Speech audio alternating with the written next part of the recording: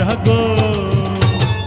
অমন কথা কোস না নাতিন, বুকটা ধরফর করে, তোর কিছু হইলে পরে আমি যাইমু মরে। নাতিন রে, নাতিন রে, তোরে বিয়া করাইমু, আজকার মধ্যেই আমি ঘটক পাঠাই।